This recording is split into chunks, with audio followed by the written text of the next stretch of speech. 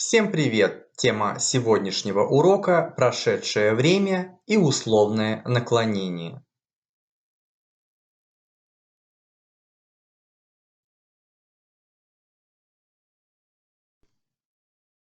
При образовании прошедшего времени от глагола в неопределенной форме отбрасывается суффикс «у», затем добавляются суффиксы «т», «т», если основа глагола заканчивается на глухую согласную. В остальных случаях добавляются суффиксы «д», «д». После суффиксов прошедшего времени добавляются личные окончания второго типа. Они используются только в двух случаях: при образовании обычного прошедшего времени и условного наклонения, которые мы рассматриваем в этом уроке. Примеры. Мен жаздым. Я писал. Без биледек. Мы танцевали.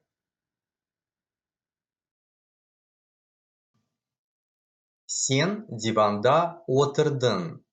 Ты на диване сидел. Уважительная форма сіз мектеп бітірдіңіз. Вы школу закончили. Обращение к друзьям и сверстникам. Сендер кіммен бірге болдыңдар? Вы с кем вместе были?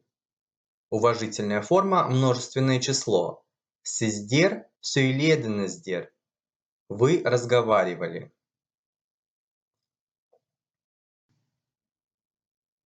Ол музыка тыңдады. Он музыку слушал. Олар былтыр үйленді. Они в прошлом году поженились.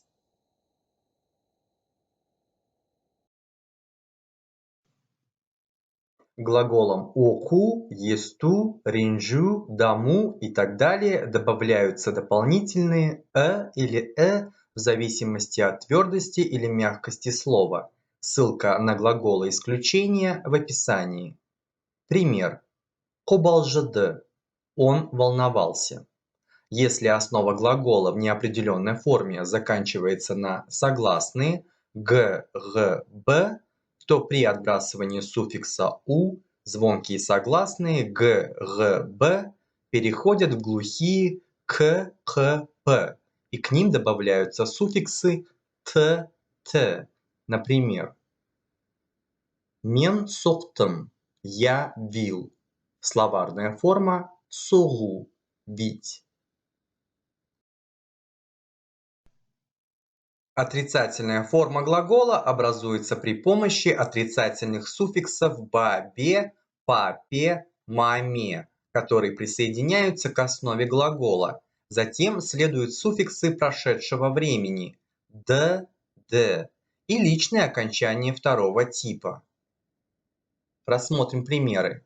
Мен жазбадым. Я не писал. Сен диванда отырмадың. Ты на диване не сидел.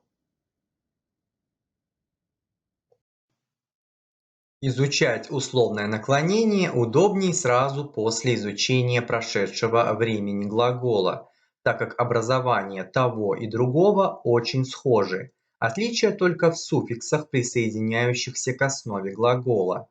От глагола в неопределенной форме отбрасывается суффикс «у» и добавляются суффиксы «са», «се».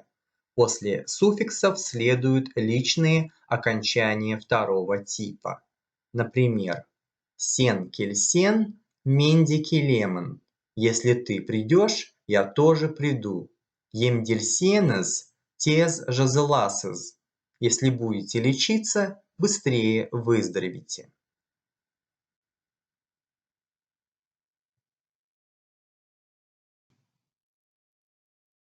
Не забывайте о глаголах-исключениях, к которым добавляются дополнительные буквы «э».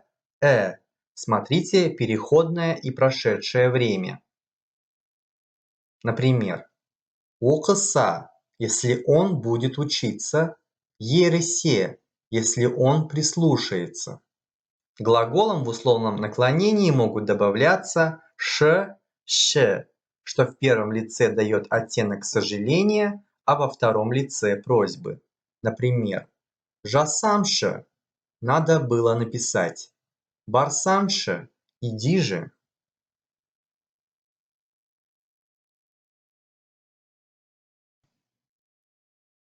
Отрицательная форма глагола образуется при помощи отрицательных суффиксов «ба-бе», «па-пе», «ма-ме», которые присоединяются к основе глагола. Затем следуют суффиксы условного наклонения и личные окончания второго типа.